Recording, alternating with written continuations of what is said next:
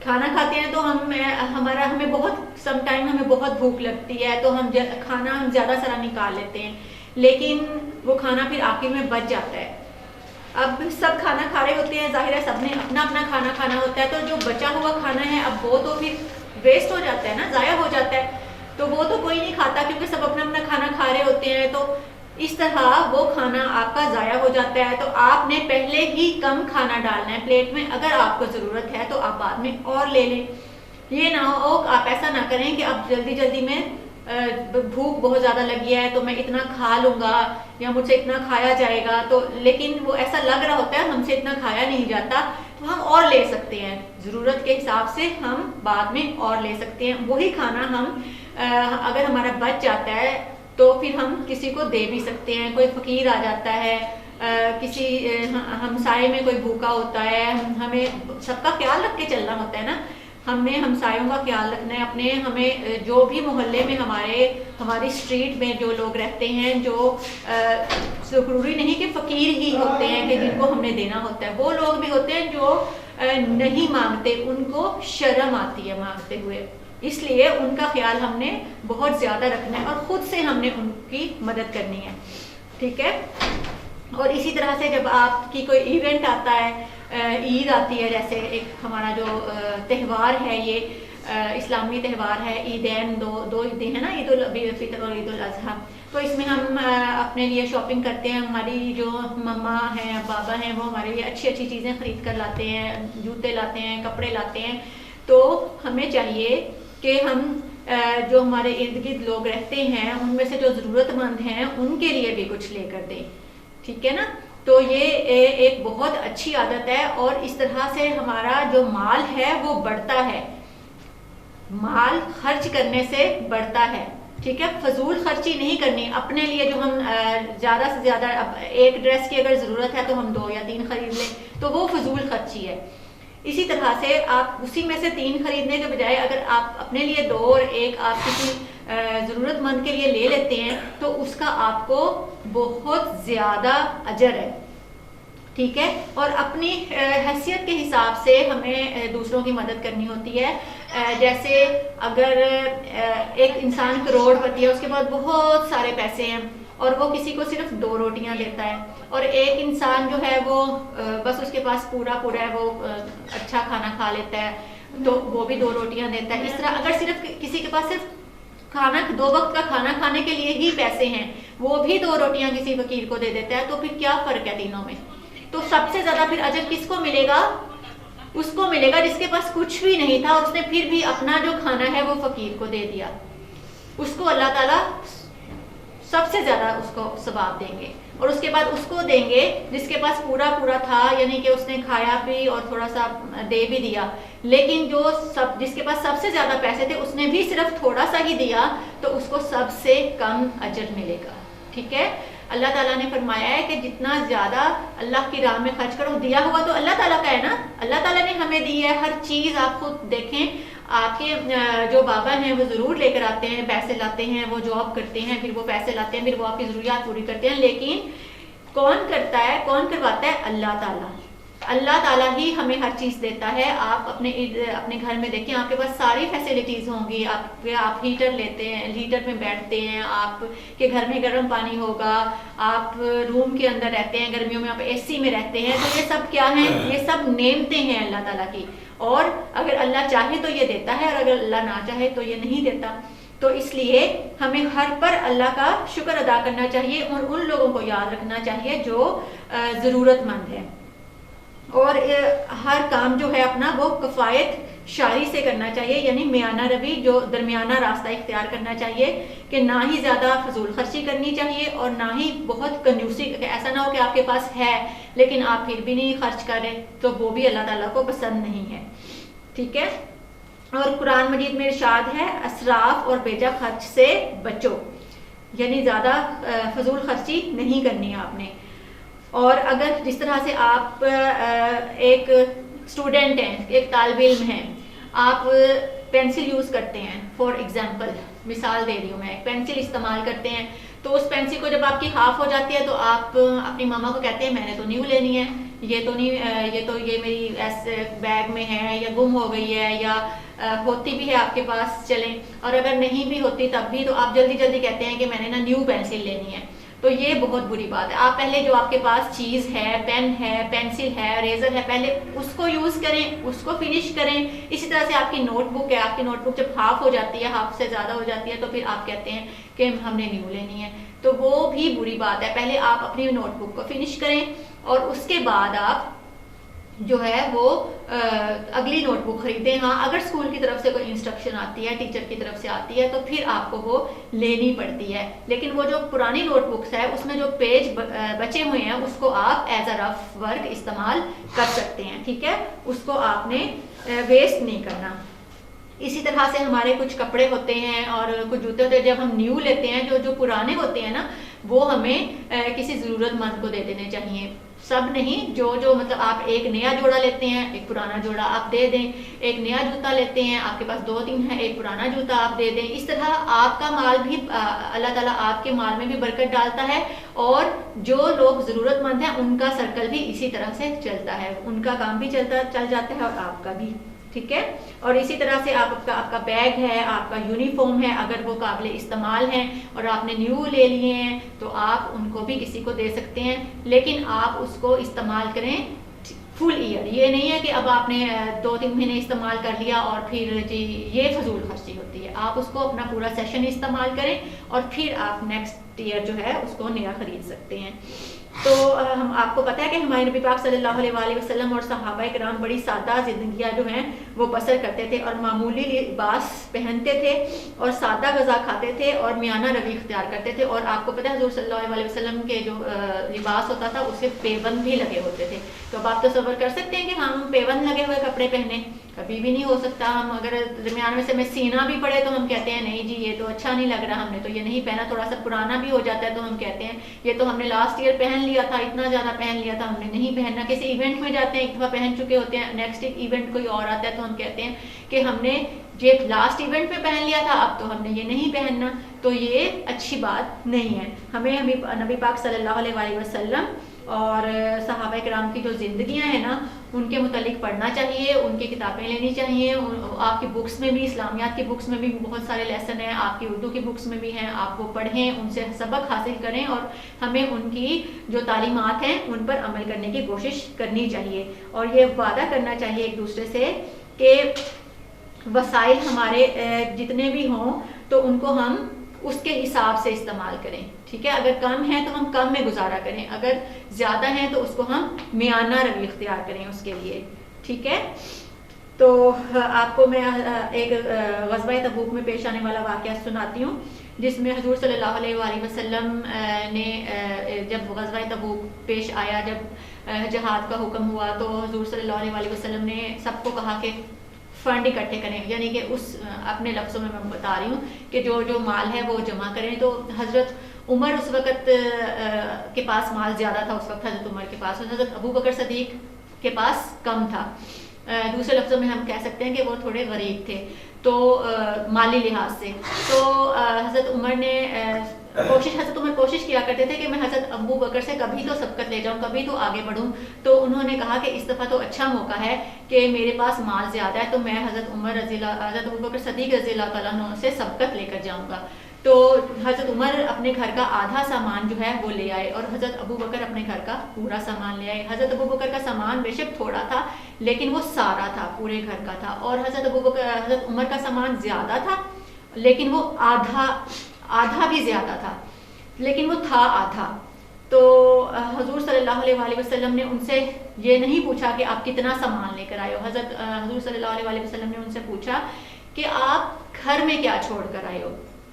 تو حضرت عمر نے سوچا کہ یہ کیا، یہ تو سوال ہی الٹ ہو گیا، مطلب یہ تو پھر حضرت ابو بکر سبقت لے گئے. اس وقت اتنا زیادہ جذبہ ہوتا تھا صحابہ کرام میں کہ آپ ایک دوسرے سے سبقت لے جانے کی کوشش کرتے تھے کہ جتنا مال میں دے سکوں اتنا دے دوں، جتنا دے سکوں اتنا دے دوں. تو حضرت عمر نے فرمایا میں گھر کا آدھا سامان لایا ہوں. تو جب حضرت ابو بکر سے پوچھا تو حضرت ابو بکر نے فرمایا میں اپنے گھر میں اللہ اور اس کا رسول چھوڑ کر آیا ہوں.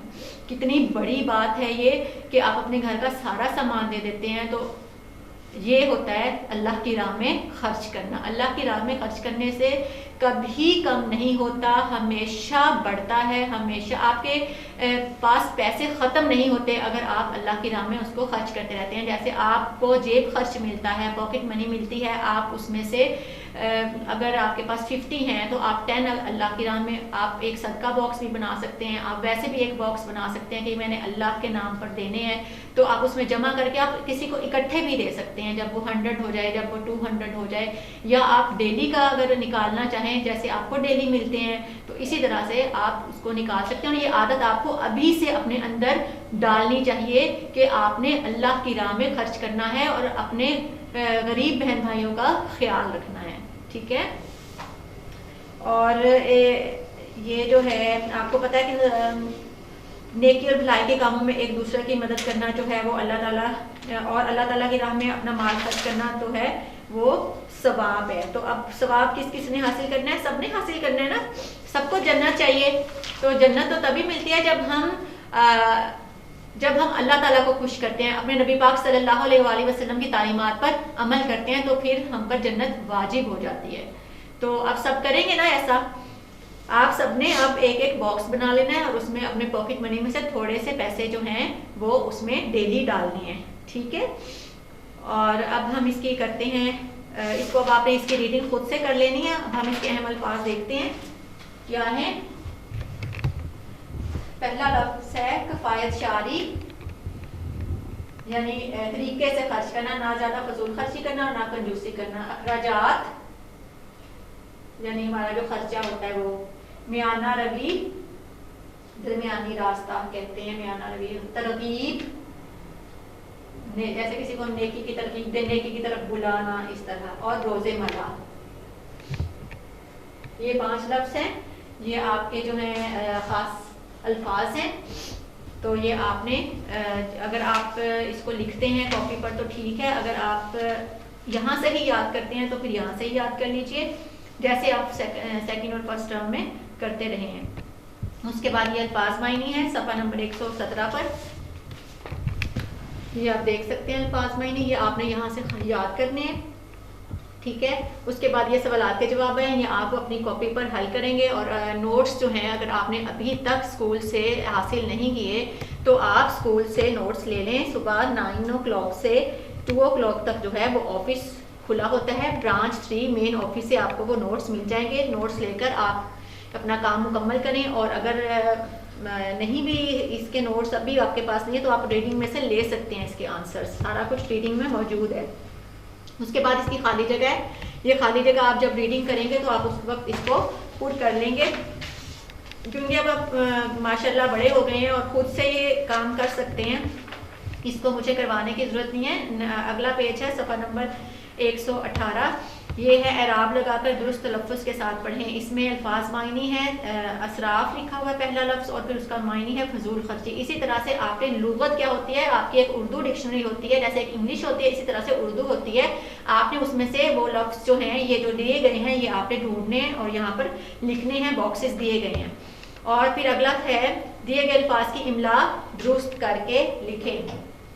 یہ دیکھیے یہ املا درست کر کے لکھنی ہے. سب سے پہلا لفظ ہے, میں نے یہاں پر 3 لفظ ہی لکھے ہیں, باقی آپ بک پہ خود کریں گے.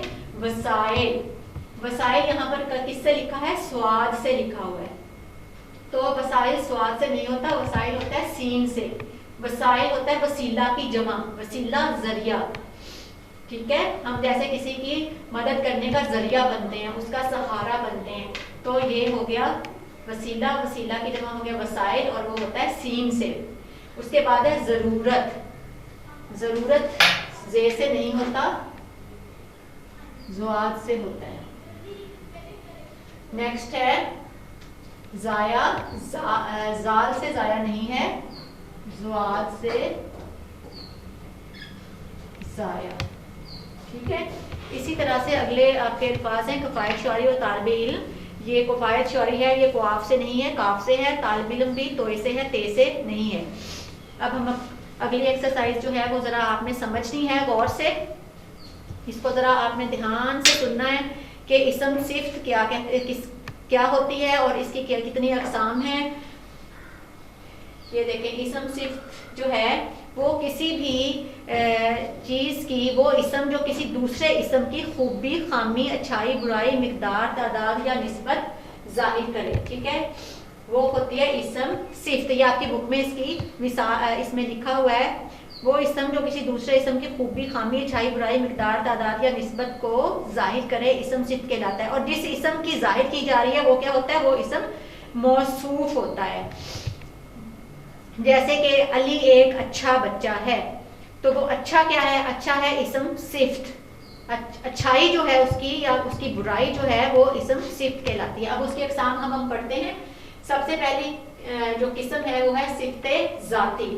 وہ الفاظ جو کسی اسم کی ذاتی یا شخصی حالت اور صفت کو ظاہر کریں انہیں اس صفت ذاتی کہتے ہیں۔ جیسے وہ بہت بہادر انسان ہے، کیٹو ایک بلند پہاڑ ہے۔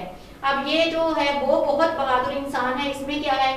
اس میں انسان جو ہے وہ موصوف ہے، لیکن اب ہم پڑھ رہے ہیں صفت ذاتی، تو اس کی صفت جو ہے انسان کی وہ ہے بہادر، تو یہ اس انسان کی اپنی صفت ہے، تو اسے کہیں گے صفت ذاتی۔ اسی طرح کیٹو ایک پہاڑ ہے، پہاڑ کی اپنی ایک صفت ہے، وہ کیا صفت ہے؟ بلند، یہ صفت ذاتی ہے۔ ٹھیک ہو گیا صفت ذاتی۔ اس کے بعد ہے صفت نسبتی۔ وہ الفاظ جو کسی اسم سے اپنی نسبت ظاہر کریں انہیں صفت نسبتی کہتے ہیں۔ جیسے کہ میں جھنگ سے تعلق رکھتی ہوں، تو جھنگ کیا ہوا؟ ٹھیک ہے نا، میں جو ہوں وہ ہوئی نا نسبتی، صفت نسبتی، تو جھنگ میں جھنگ سے رکھتی ہوں تو وہ ہو گیا صفت نسبتی۔ میں نے کندھاری انار خریدے، تو کندھاری ایک جگہ کا نام ہے، انار جو ہے وہ وہاں کے انار ہیں تو وہاں سے خریدے ہیں۔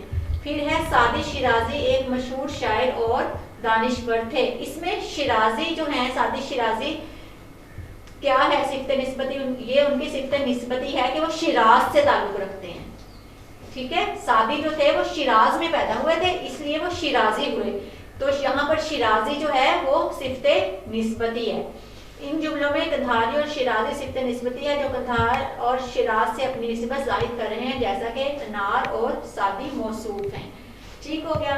نیکسٹ ہے صفت مقداری۔ وہ الفاظ جو کسی اسم کے وزن اور ناپ تول کی مقدار کو ظاہر کریں، جیسے صفت مقداری، جیسے مجھے 2 کلو آم لا دیں، ٹھیک ہے، میں 4 گز کپڑا خرید کر لائی ہوں، تو اس میں 2 کلو آم کیا ہوئے؟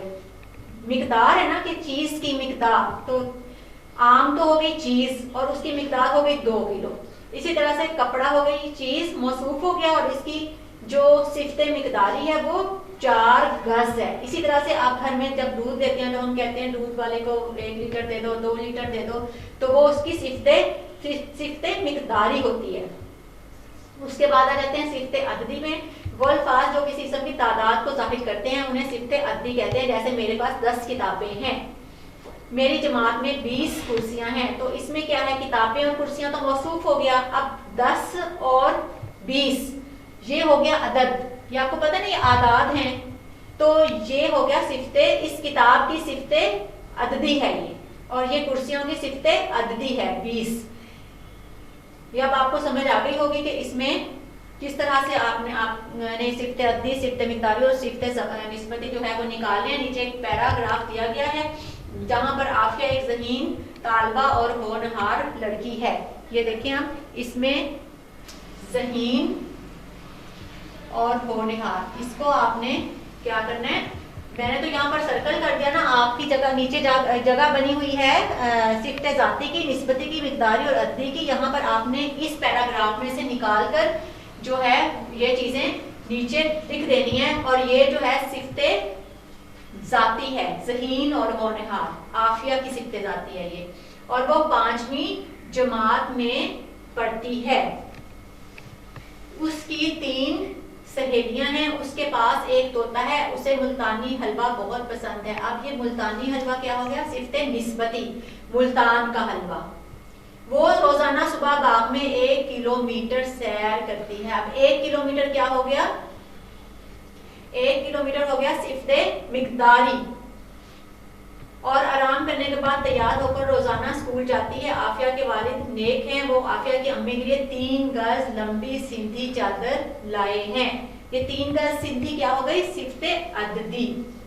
دیکھیں اس میں ساری چیزیں آ گئی، صفت ذاتی بھی، صفت نسبتی بھی، اور صفت مقداری بھی، اور صفت عددی بھی۔ اب اس میں یہ سندھی چادر جو ہے یہ بھی کیا ہے؟ صفت نسبتی ہے۔ اسی طرح سے آپ اس میں سے اور بھی نکال سکتے ہیں، میں نے آپ کو اگزامپل دینے کے لیے بتا دیا، اس میں اور بھی ہیں صفت نسبتی، صفت مقداری اور صفت ذاتی، تو آپ اس کو پڑھیں اور اس میں سے اب آپ نکال کر نیچے بک پہ رائٹ کریں گے۔ اگلا صفحہ کھولیے 120، اس میں دیے گئے الفاظ میں سے مذکر اور مؤنث الفاظ کو چن کر متعلقہ خانوں میں تحریر کریں۔ اب مذکر کون سے ہیں اور مؤنث کون سے ہیں؟ آپ کو پتہ ہے مذکر مؤنث کا نا، اب آپ 5 کلاس میں ہیں تو مذکر مؤنث کیا ہوتے ہیں؟ یہ دیکھیں، اب ہم پانی کو دیکھیں، پانی کیا ہے؟ پانی ہے، پانی یہاں کا پانی میلا ہے، تو پانی کیا ہوا؟ مذکر ہوا، کا لگا ہے نا اس کے ساتھ، اس پانی، پانی کا عکس، پانی میں عکس پڑ رہا ہے، یا یہ پانی یہاں کا پانی میلا ہے، اس دریا کا پانی صاف ہے، تو یہ جو ہے یہاں کا لگا ہے تو یہ پانی مذکر ہوا۔ اسی طرح سے وسیلہ کی جمع ہے وسائل، اس کا وسیلہ، اس کی وسیلہ تو نہیں نا ہوتا، اس کا وسیلہ، تو یہاں پر وسائل جو ہے وہ بھی مذکر ہے۔